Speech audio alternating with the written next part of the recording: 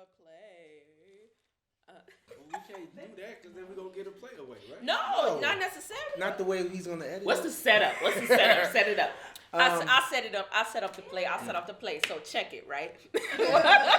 It's in 2008. So even though it's her most contemporary piece, it's still a period piece because it's a very specific thing was happening in the country, the housing crisis, and it's right before the big bailout of the automobile industry. So this is one of the small plants, and they're one of the last ones standing. And because we were Dobama, which is an awesome theater where this is going to be. That's right. Allowed for us to meet Dominique Morisseau when she was talking about it, talking about all her plays. When we were paying attention to this one, she said that she remembered Mitt Romney in the 2012 election saying, like, well, why not just let Detroit fail? Yeah. And that hit her a certain kind of way. Yeah. And like the love that she had for her city came through when she wrote this sort of in response to that. Yes, absolutely. And it's a part of a trilogy. Paradise Blue, Detroit 67, and then Skeleton Crew.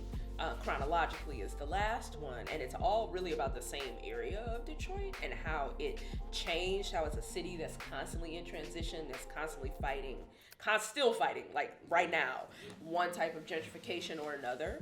And when Dominique was here talking at the City Club, one of the things she was very careful to make a distinction about was the difference between development and gentrification, and that's part of what they're fighting. You know, they're fighting to keep this industry that has kept them alive. One of the things I love about Dominique's work in general, and particularly about this play, is that everyone is so full. Like, we get to see so many facets of everyone's character. No one is like off to the side, and everybody has their moment too. It's like we see them all together. There were 7 of them. Right. We'll see them in this different is my moment now, you know. And now I have a new moment, right? But she does her best to make sure we discover them in their fullness, so that it's not just, oh, well, he just, a young thug, and, he got a promotion, so he's selling out, and she just older and need to retire. Or none of that is the case, because you learn something new about each of them.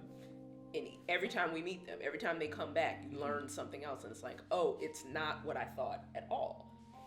But on top of just being a black story, it's an American story. Absolutely. Where there's elements like, and that's what's good about her, brilliant about her writing, is that she'll take like a really black story and write it in a way where it's universal. But our stories are American. Of course, but sometimes you separate them, and it's like, oh, that's a black play. It's like, no, this is a good ass. Good play. I think I see that. But no, because you think about it, like if something happens to America, who feels it first? Usually people of color, and usually working class people, and race and class are so tied up. And here you are, you're in the engine of America, putting it together, and this is happening to you. Oh, it's gonna spill out, Some rich people gonna lose their house too, but this is us first. So I like too that it's about your work family. But it's not like, The Office. It's really just because Americans spend so much time at work. And it's like, that is where you find love. That is where you find, surrogate parents and surrogate families, surrogate brothers and sisters. People who make you better than you were, or drive you absolutely crazy. Or people that you mentor or whatever. So you get to see these bonds form and break and form again. And I love her use of language. Yes. It's musical, and there's this musical theme throughout the piece. And I think you said we all have a different rhythm that we add to this piece. And then speaking on what you're saying about, it's also, for me, it's a statement on like the black community needing each other. That all of our characters are trying to tackle this problem individually. And it's not until we come together, to emerge, surrounded by like white America. Like we work at this factory that's not ours, it's white America, but it's until we come to this space together that we can figure out how to navigate that world outside this room. Yeah. And that's kind of like how we are as a people. It's not until we come together and go, okay, how we about to tackle this world? Okay, break. Like, you know what I mean? Like, and so that right. So that statement as a black culture of needing each other without being like, we need, like beating you over the head, you know. I was thinking about what you said about it being lyrical, and if this is wrong, you can cut it. But no, about the musicality of it. Because when I think about August Wilson, that's when I think about singing that kind of, you know, like that old bluesy, jazzy kind of stuff. And she's got like a hip hop thing. Oh yeah. Because as I'm learning the lines, what I notice is I want to say this. I know she means this, but she says it this way. And in honoring her way, you both got the same meaning, but you get a little like, you know, and it's like, oh, okay. And I think what's important about that, you know, to bring in the hip hop element, like true hip hop, sampled.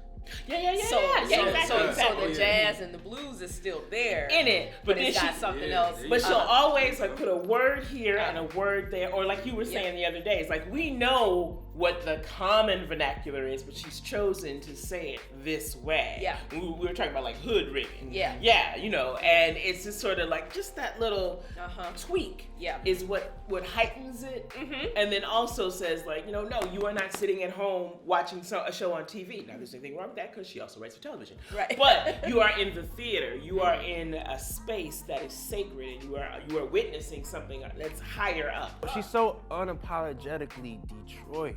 Yes. Like I got a friend who lives in Detroit, and like, you know, I talk to her about certain things that my character would say or certain things that's going on in the play, and she's like, yo, yeah, grass shit, I know about that, or you know what I'm saying, them East Side dudes, da da da da da.